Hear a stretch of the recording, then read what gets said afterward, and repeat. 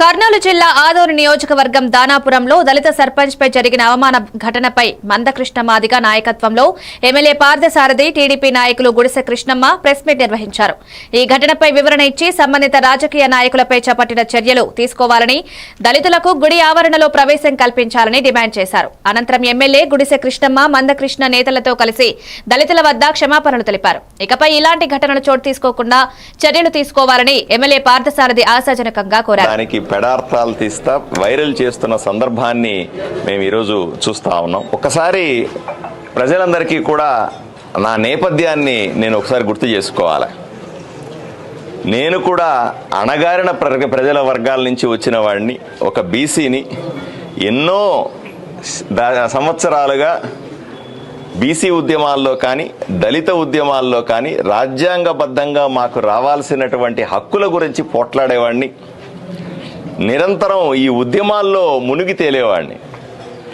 ఎంఆర్పిఎస్ ఉద్యమంలో కూడా 10-15 సంవత్సరాలుగా నేను అసోసియేట్ అయినా. నేరుగా నేను ఎప్పుడు కూడా ఈ కండువా వేసుకోవడానికి మొహమాట పడలేదు, ఈ ఉద్యమంలో పాల్గొనడానికి జంకలేదు. జేఎంబీఎం ఉద్యమంలో కూడా ఎన్నో రకాల దళితులకు సంబంధించిన సమస్యల మీద నిరంతరం అసెంబ్లీలో గళమెత్తడమైనా, ఎక్కడ అవకాశం దొరికితే అక్కడ వీళ్ళ పక్షాన, మా అందరి పక్షాన నిలబడడానికి ఏ రోజు కూడా వెనుకాడిన వ్యక్తిని.